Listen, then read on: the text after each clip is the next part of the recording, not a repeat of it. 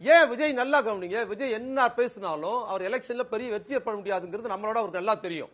ஆனாலும் ஏன் ரொம்ப அவசரமா 2026 தேர்தலை டார்கெட் பண்ணி திமுக குறி வச்சு பேசுறாருன்னா அது முக்கியமான விஷயம் இருக்கு.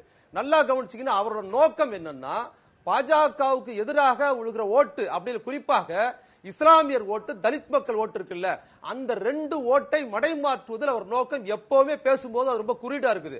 அம்பேத்கர் ரொம்ப தீவிரமா முன்மொழிந்த போது இதற்கு முன்னாலும் சரி, அதுக்கப்புறம் இஸ்லாமிய குறியீடாக அவர் திரைப்படங்கள்ல பாத்தீங்கன்னா திரைப்படம் தான் நமக்கு முன்பாதிரி விஜய் கிட்ட, வேற எதுவும் கிடையாது. அவர் ஏத்துக்கலாமா வேண்டாமாங்கிறதுக்கு ரசிகர்கள் எப்படி திரைப்படத்தை வச்சு பாக்குறாங்களோ அதே திரைப்படத்தை வச்சு தான் பார்க்க முடியும்.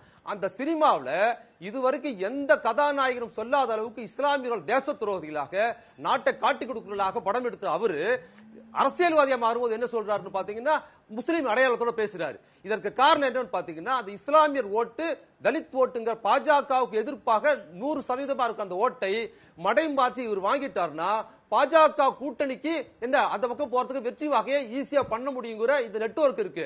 அதுல குறிப்பா பாத்தீங்கன்னா இவர் சிறுபான்மை அடையாளத்தை திரும்ப திரும்ப முஸ்லீம் குறியீட சொல்றாரு. இவர் ஒரு சிறுபான்மை சமுதாயத்தை சேர்ந்த கிறிஸ்துவ அடையாளத்தை பத்தி இவர் பேசுறதே கிடையாது. இவர் பேசும்போது மேடைகள்ல பக்கத்துல முஸ்லீம் குல்லா போட்டவங்க இருப்பாங்க, பர்தா அணிந்தவங்க இருப்பாங்க. ஆனாலும் ஒரு பாதிரியார் இருக்க மாட்டாரு, தன் கிறிஸ்துவர்னு சொல்ல மாட்டாரு, பக்ரீதுக்கு வாழ்த்து சொல்வாரு, ரம்ஜானுக்கு வாழ்த்து சொல்வாரு, ஆனா கிறிஸ்துமஸுக்கு வாழ்த்து சொல்ல மாட்டாரு. ஏன்னா தன் மீது கிறிஸ்துவ அடையாளம் வந்துருச்சுன்னு சொன்னா நமக்கு பெரும்பான்மை ஓட்டு கிடைக்காதுங்கிற அந்த கண்ணோட்டம் இருக்கு. இதெல்லாம் இதுக்கு முன்னால சீமான் பாத்துக்கிட்டு இருந்தாரு, அத வேலை இவர் பாக்குறாரு.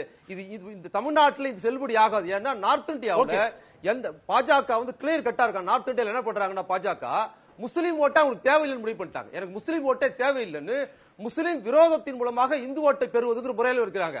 அதே போல அங்க தலித் மக்களுக்கு எதிரான ஒரு அரசியல் பண்ணி தலித் ஓட்டும் தேவையில்லைன்னு உத்தரப்பிரதேச தலித் ஓட்டு நடவடிக்கை பண்றாங்க.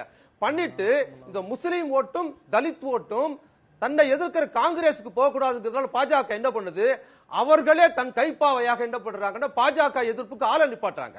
இஸ்லாமிய கட்சியை சேர்ந்தவங்க தனியா நிப்பாட்டி வச்சு பாஜக அவங்களே திட்டி அங்க ஓட்டு வாங்குறது, தலித் இயக்கங்கள் தனியா நிப்பாட்ட வச்சு நாங்க தான் உண்மையான பிரதிநிதின்னு சொல்லி காங்கிரஸ் போற மட்டும் அவங்க வாங்குறதுங்கிற இந்த பாலிடிக்ஸ் நார்த் இந்தியாவில் நடக்கிற அந்த பாலிடிக்ஸ்க்கு தான் மையமிட்டு தான் விஜய் இங்க வராரு.